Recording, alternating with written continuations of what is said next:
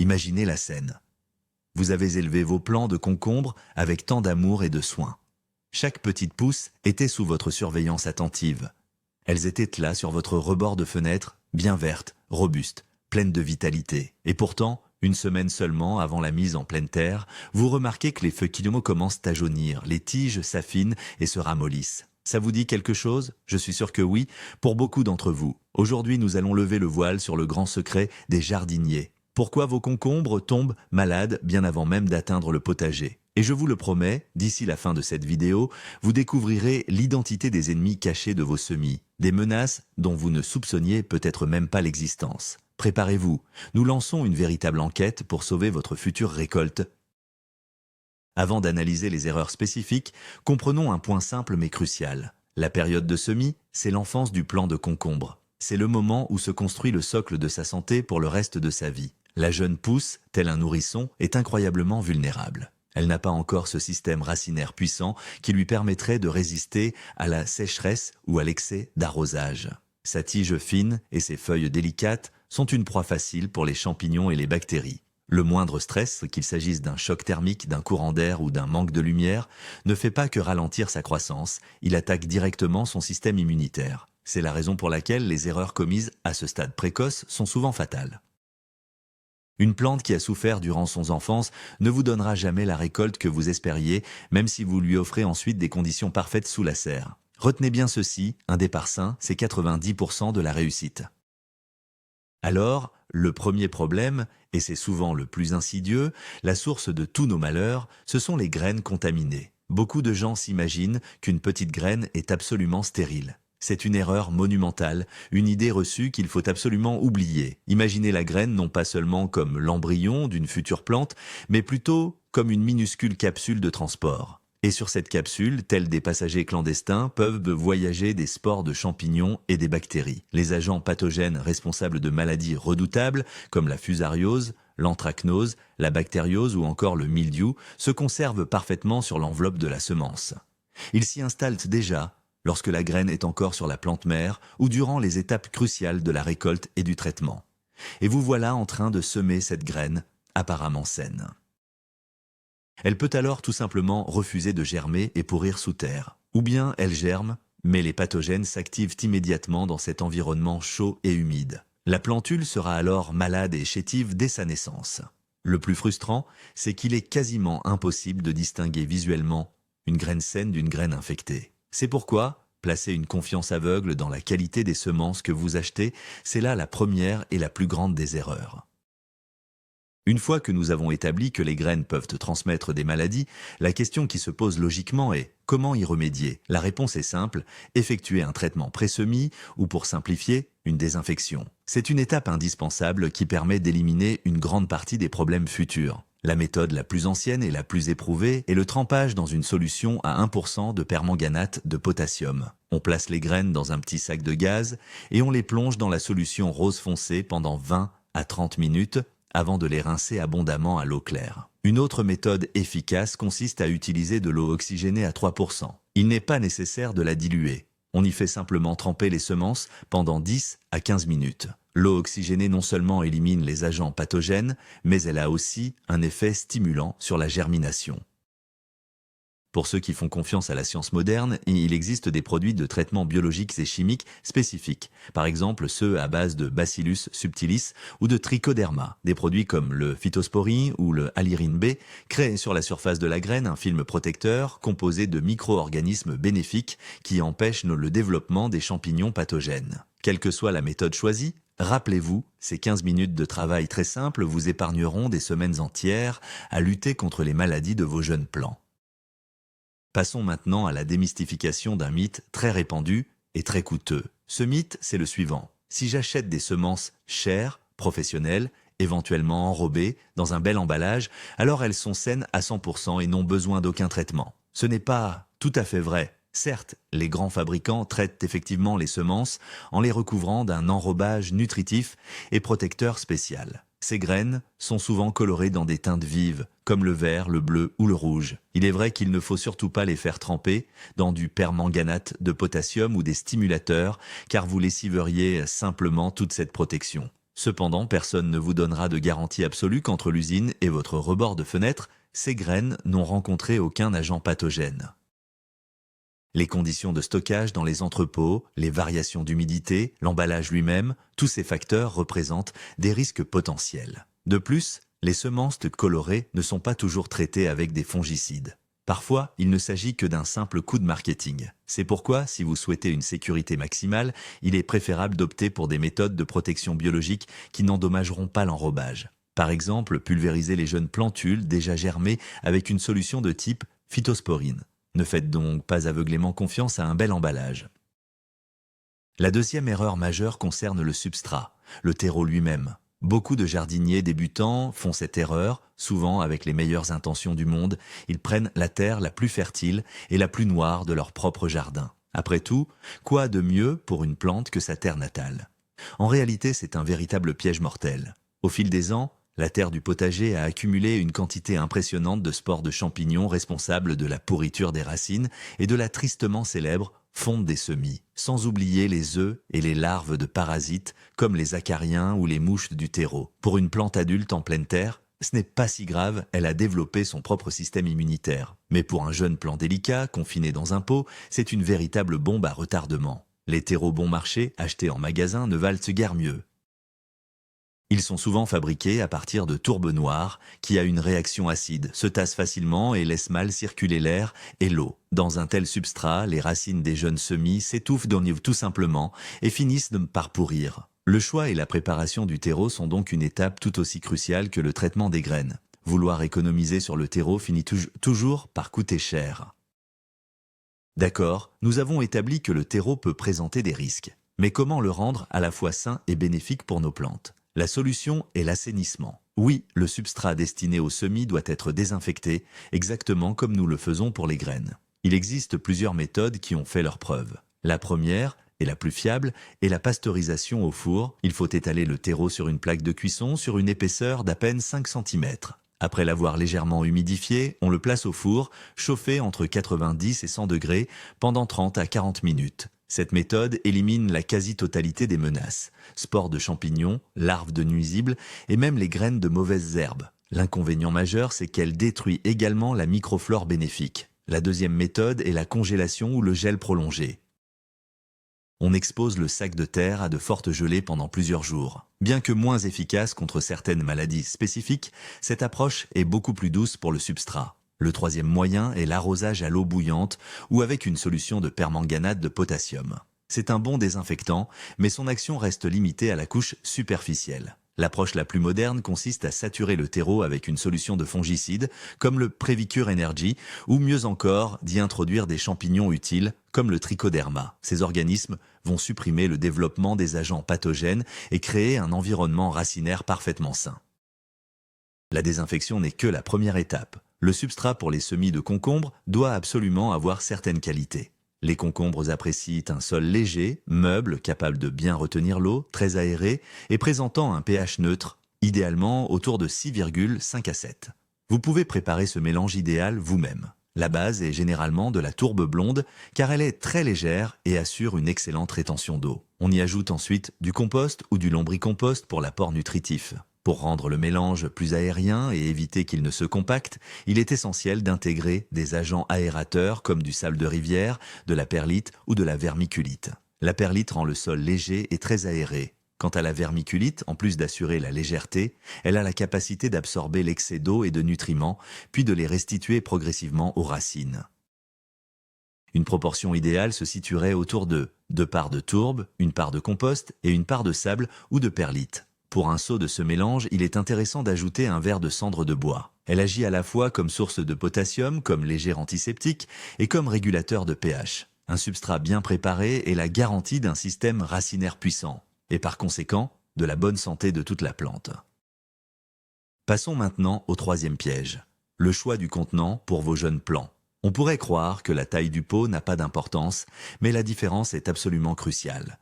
L'erreur la plus fréquente est de planter une petite graine dans un pot beaucoup trop grand. La logique du « grandir dedans » ne fonctionne absolument pas ici. Dans un volume de terreau trop important, les jeunes racines fragiles n'arrivent pas à absorber toute l'humidité. Résultat, le terreau s'asphyxie, des champignons pathogènes commencent à se développer et les racines finissent à tout simplement par pourrir. La situation inverse, un contenant trop petit, est également catastrophique. Les racines se retrouvent à l'étroit, elles s'enchevêtrent et forment ce qu'on appelle un chignon racinaire. La croissance de la plante est alors immédiatement bloquée. Une autre erreur critique, c'est l'absence de trous de drainage.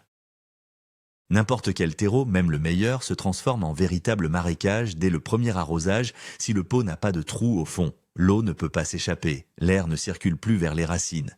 Elles s'étouffent et meurent en quelques jours. C'est souvent la cause principale de la mort subite de semis, qui semblait pourtant en parfaite santé. Le matériau du contenant a également son importance. Les pots en terre cuite sont efficaces, mais le terreau y sèche très vite. Quant au plastique noir, s'il est placé sur un rebord de fenêtre ensoleillée, il peut surchauffer dangereusement, brûlant littéralement les racines.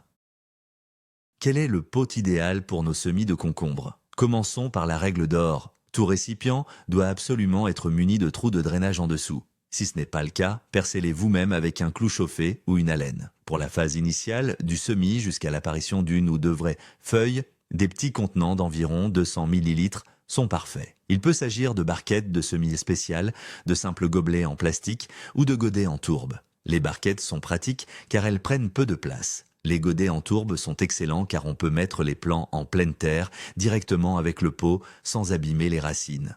Leur seul inconvénient est que leurs parois évaporent rapidement l'humidité, ce qui signifie qu'il faudra arroser plus souvent. Quand le plant a grandi et que ses racines ont rempli tout le contenant, il faut le transférer dans un pot plus grand, d'un volume d'environ 500 à 800 ml. C'est ce qu'on appelle le repiquage. Il est crucial de le faire délicatement, sans détruire la motte de terre, afin de minimiser le stress pour la plante. Choisir la bonne taille de pot à chaque étape de la croissance est la garantie que le système racinaire se développera correctement. La quatrième erreur grave, souvent commise lorsqu'on privilégie la quantité, c'est de semer trop densément. Quand on met trop de graines dans une seule barquette, on a l'impression d'économiser de la place et du temps. Mais en réalité, on crée une véritable jungle où s'engage une lutte acharnée pour la survie. Les plantes manquent cruellement de lumière et elles se mettent à s'étioler, cherchant à se dépasser les unes les autres. Le résultat? Des tiges longues, fines et faibles. Mais le pire se produit au niveau du sol et dans la terre. Le manque de circulation d'air au niveau inférieur crée une humidité excessive, des conditions parfaites pour le développement des maladies fongiques, et en particulier pour la terrible fonte des semis. Cette maladie fait noircir, s'affiner et pourrir la base de la tige. La plante s'affaisse et il devient impossible de la sauver. La maladie se propage à la vitesse de l'éclair et vous pouvez perdre tous vos semis en quelques jours seulement. De plus, dans ces plantations trop denses, les racines sont étroitement entremêlées. Lors du repiquage, il est très facile de les endommager, ce qui ralentira considérablement le développement des jeunes pousses. Pour éviter les problèmes liés au surpeuplement des semis, il y a deux solutions. La première est de semer directement les graines dans des godets individuels en plaçant une ou deux graines par godet. Si les deux germent, la pousse la plus faible doit être délicatement coupée au ciseau au ras du sol. Surtout, ne l'arrachez jamais afin de ne pas abîmer les racines du plant restant. Cette méthode est idéale pour les concombres car ils supportent très mal le repiquage et la perturbation des racines. La deuxième solution, si vous avez semé vos graines dans une caissette commune, est d'effectuer un repiquage au bon moment. Le repiquage, c'est-à-dire la transplantation des jeunes plants dans des pots individuels, doit se faire au stade d'une ou deux vraies feuilles. Il ne s'agit pas des cotylédons, mais bien des feuilles définitives.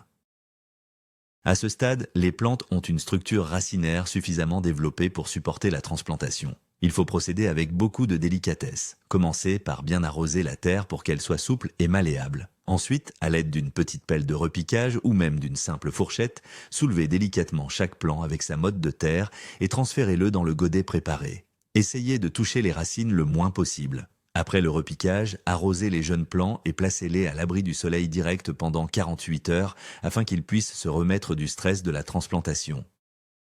La cinquième erreur critique, c'est le non-respect du régime de température. Le concombre est une plante thermophile originaire des tropiques. Il est donc extrêmement sensible au froid et aux variations brusques de température. L'endroit le plus dangereux pour vos plants reste le rebord de fenêtre froid. Même si la pièce est bien chauffée, le froid émanant de la vitre peut faire chuter la température du substrat dans les godets de 5 à 10 degrés par rapport à l'air ambiant. Dans cette terre froide, les racines cessent d'absorber l'eau et les nutriments, même si le substrat est parfaitement humide. La plante subit alors un stress majeur, son immunité chute, et elle devient une proie facile pour les maladies comme la pourriture des racines. L'autre extrême est de placer les plants juste au-dessus d'un radiateur brûlant. L'air chaud et sec assèche les feuilles, le terreau se dessèche en un clin d'œil et les racines peuvent subir une véritable brûlure. Toute variation brusque, par exemple, lorsque vous ouvrez la fenêtre pour aérer et qu'un courant d'air glacial souffle directement sur les plants, est un choc terrible pour cette petite plante tropicale délicate. En réponse à ce stress, elle peut stopper sa croissance, perdre ses feuilles, voire tout simplement périr.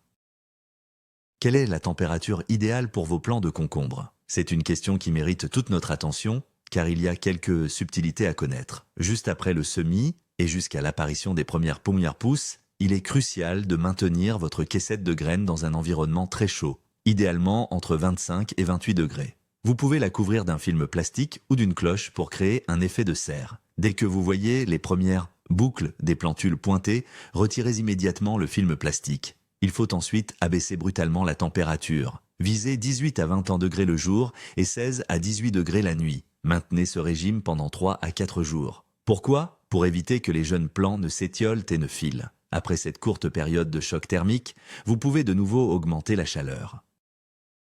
Le régime optimal pour la suite de la croissance est le suivant. 22 à 24 degrés lors des journées ensoleillées, 20 à 22 degrés s'il fait gris et 18 à 20 degrés la nuit. Il est essentiel de respecter ce léger écart entre la température diurne et nocturne. C'est durant la nuit que la plante se repose et prépare activement sa future fructification. Enfin, 1 à 2 semaines avant la transplantation définitive en pleine terre, vous devez absolument durcir vos plants, c'est-à-dire les acclimater. Commencez par les sortir sur le balcon ou dans la serre d'abord 1 heure, puis 2, augmentant progressivement l'exposition aux conditions extérieures. Cette étape permet d'éviter un choc thermique majeur lors du déménagement.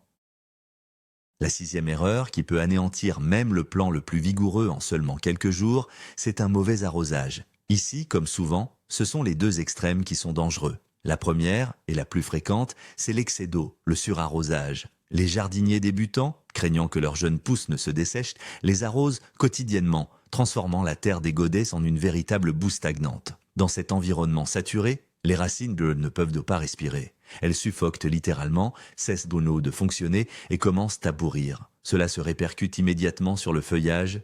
Les feuilles deviennent immolles et tombantes, même si la terre est gorgée d'eau. C'est le signe infaillible que les racines sont en train de mourir. L'autre extrême, c'est le sous-arrosage. Le dessèchement complet de la motte est tout aussi fatal. Les fines radicelles absorbantes meurent, et même après un nouvel arrosage, la plante met beaucoup de temps à se remettre. Une autre erreur grossière est d'arroser avec de l'eau froide directement tirée du robinet. Pour un plant de concombre, qui aime la chaleur, c'est l'équivalent d'une douche glacée. Les racines subissent un choc thermique et s'arrêtent de fonctionner. Ce type d'arrosage favorise en outre l'apparition de la pourriture des racines et d'autres maladies. Comment trouver l'équilibre parfait pour l'arrosage? Voici quelques règles d'or très simples. Premièrement, n'arroser que lorsque le substrat, c'est-à-dire la terre, a séché sur le dessus, environ 1 à 2 cm de profondeur. La vérification est facile.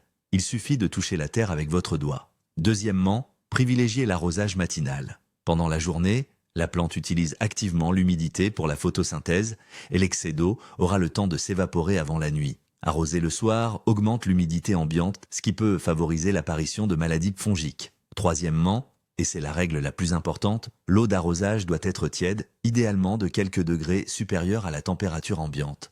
La température parfaite est de 25 degrés. Elle doit également être décantée afin que le chlore qu'elle contient puisse s'évaporer. Quatrièmement, versez l'eau doucement au pied de la plante en veillant à ne pas mouiller les feuilles et surtout pas le point de croissance. Il est préférable d'utiliser un petit arrosoir à bec fin ou une poire. Arrosez généreusement pour que toute la motte de terre soit bien saturée et que l'excès d'eau puisse s'écouler par les trous de drainage. 30 minutes après l'arrosage, videz impérativement l'eau stagnante de la soucoupe.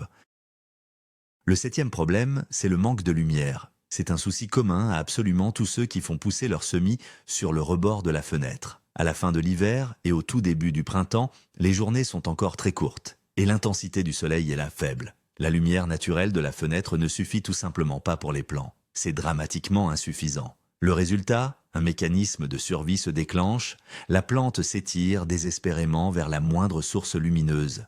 Elle n'utilise plus ses ressources pour développer son système racinaire ou pour épaissir sa tige, mais elle les consacre entièrement à l'allongement de ses entrenœuds, c'est-à-dire l'espace entre les feuilles. On obtient alors des plants filés ou étiolés, pâles, avec une tige fine et cassante qui peine à supporter le poids de son propre feuillage. Non seulement ces plantes sont inesthétiques, mais elles sont extrêmement fragiles. Leur métabolisme est complètement perturbé, ce qui les rend très vulnérables aux maladies. Même si une telle pousse survit au repiquage, elle mettra un temps fou à s'adapter et à se rétablir. Et soyons clairs, elle ne donnera jamais une récolte satisfaisante. N'oubliez jamais que pour une plante, la lumière n'est pas qu'un simple éclairage. C'est l'énergie indispensable à la vie, au processus de photosynthèse sans lequel un développement normal est tout simplement impossible. Que faire si la lumière du soleil manque cruellement sur votre rebord de fenêtre? La réponse est simple, il faut apporter un éclairage d'appoint. Aujourd'hui, l'utilisation de lampes horticoles ou phytolampes n'est plus un luxe, mais une nécessité absolue pour garantir des semis de qualité. Quelles lampes choisir? Les lampes à spectre complet sont les plus recommandées. Elles offrent une lumière se rapprochant au maximum de celle du soleil et conviennent à tous les stades de développement de la plante. Il existe aussi des lampes bicouleurs qui émettent dans le spectre rouge et bleu. Le spectre bleu est indispensable au démarrage, favorisant le développement racinaire et prévenant l'étiolement, tandis que le rouge soutient la croissance de la masse verte et la future floraison. La lampe doit être positionnée strictement au-dessus des plants, à une distance de 15 à 20 cm de leurs extrémités. À mesure que les semis grandissent, il faudra bien sûr remonter la lampe. Combien de temps faut-il éclairer? Les semis de concombre, par exemple, nécessitent une durée d'éclairement de 12 à 14 heures par jour. Si la lumière naturelle ne dure que 8 heures, vous devrez donc apporter 4 à 6 heures de lumière supplémentaire, idéalement matin et soir. L'utilisation de ces lampes horticoles vous permettra d'obtenir des plants trapus et robustes, dotés d'un système racinaire puissant et de feuillaux bien vert foncé. Passons à la 8e menace, souvent sous-estimée, les courants d'air. Attention, beaucoup font l'erreur de confondre simple aération et véritable courant d'air. Un léger mouvement d'air est bénéfique pour les jeunes plants. Il fortifie les tiges et empêche l'humidité de stagner. Par contre, le courant d'air, ce flux soudain et tranchant d'air froid, est absolument fatal pour les concombres. Lorsque vous ouvrez une fenêtre par une journée de gel, ce jet d'air glacial qui frappe les jeunes feuilles délicates provoque des micro-gelures. C'est un stress intense qui peut immédiatement entraîner le jaunissement et la nécrose du feuillage. Mais le danger le plus insidieux se joue sur un front invisible. Ce refroidissement brusque, même s'il ne dure qu'un instant, affaiblit dramatiquement les défenses immunitaires de la plante. Or, l'air de nos intérieurs contient inévitablement des spores de divers champignons. Quand le plant est robuste et sain, ses mécanismes de défense s'en chargent sans problème. Mais dès qu'il est affaibli par le stress du courant d'air, ces pathogènes se jettent aussitôt à l'attaque. C'est particulièrement critique lorsque cela se combine à une humidité élevée. En fin de compte, une simple aération, qui se voulait anodine, peut déclencher le développement de l'oïdium ou d'autres maladies cryptogamiques. Il faut donc aérer la pièce où se trouvent vos semis, avec la plus grande précaution. Soit vous retirez complètement les caissettes du rebord de la fenêtre, soit vous ouvrez la ventilation dans une pièce adjacente.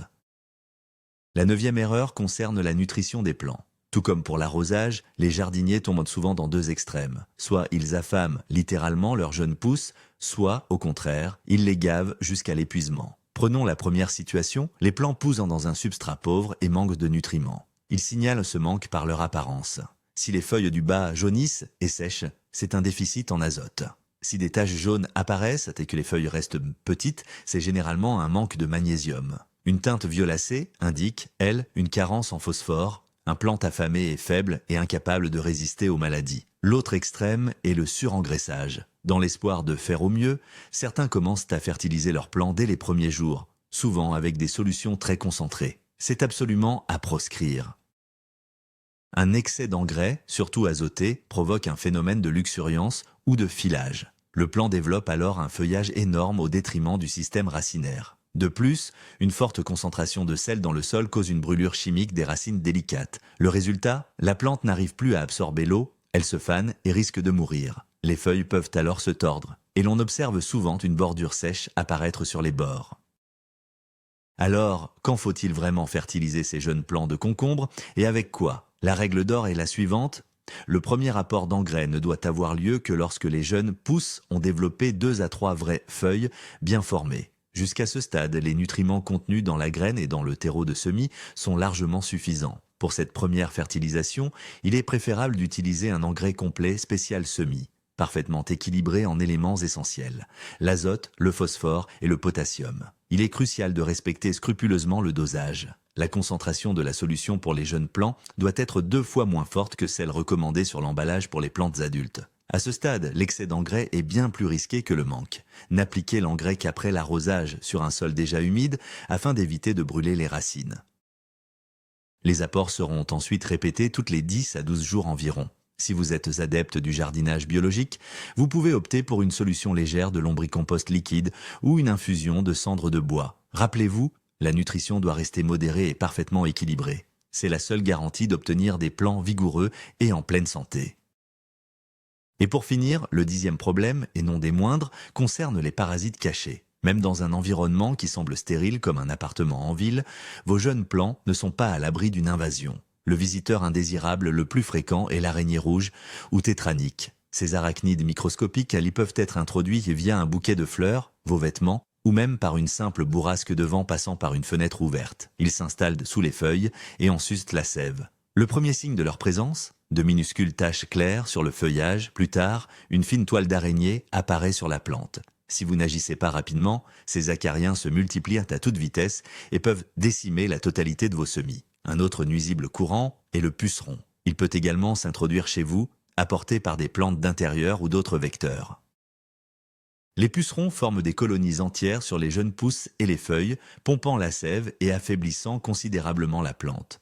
De plus, leur sécrétion sucrée, appelée miellate, favorise l'apparition de la fumagine, un champignon noir. Détecter ces ravageurs à un stade précoce n'est pas chose aisée. Il est donc crucial d'inspecter vos plants très régulièrement et minutieusement, en regardant sous chaque feuille, idéalement à l'aide d'une loupe. Alors, faisons un rapide bilan de cette investigation. Vous l'avez compris, la santé de vos plants de concombre ne se décide pas au potager, mais bien plutôt directement sur votre fenêtre. C'est un ensemble de facteurs où chaque détail compte. Nous avons notamment vu que les graines pouvaient d'elles-mêmes représenter une menace fatale, et nous avons appris ensemble comment les désinfecter correctement. Nous avons aussi compris que la terre de votre jardin n'est pas l'idéal pour ces jeunes et fragiles plantules. Nous avons détaillé comment préparer le terreau parfait et sans danger. L'arrosage, la température et la lumière, ce sont les 3 piliers sur lesquels repose l'immunité de vos jeunes pousses. Une simple erreur à ce niveau peut être fatale, que ce soit des semis trop denses, des pots inadaptés, les courants d'air ou encore la faim et le surengraissage. Tous ces éléments sont les briques qui bâtissent soit une récolte généreuse, soit une grande déception. La conclusion majeure est simple. Le semis des plantules nécessite de l'attention, des connaissances et, bien sûr, beaucoup d'amour. Ce n'est pas simplement « je sème et j'attends », c'est une véritable science, doublée d'un art. J'espère sincèrement que ces conseils vous aideront à éviter ces erreurs frustrantes.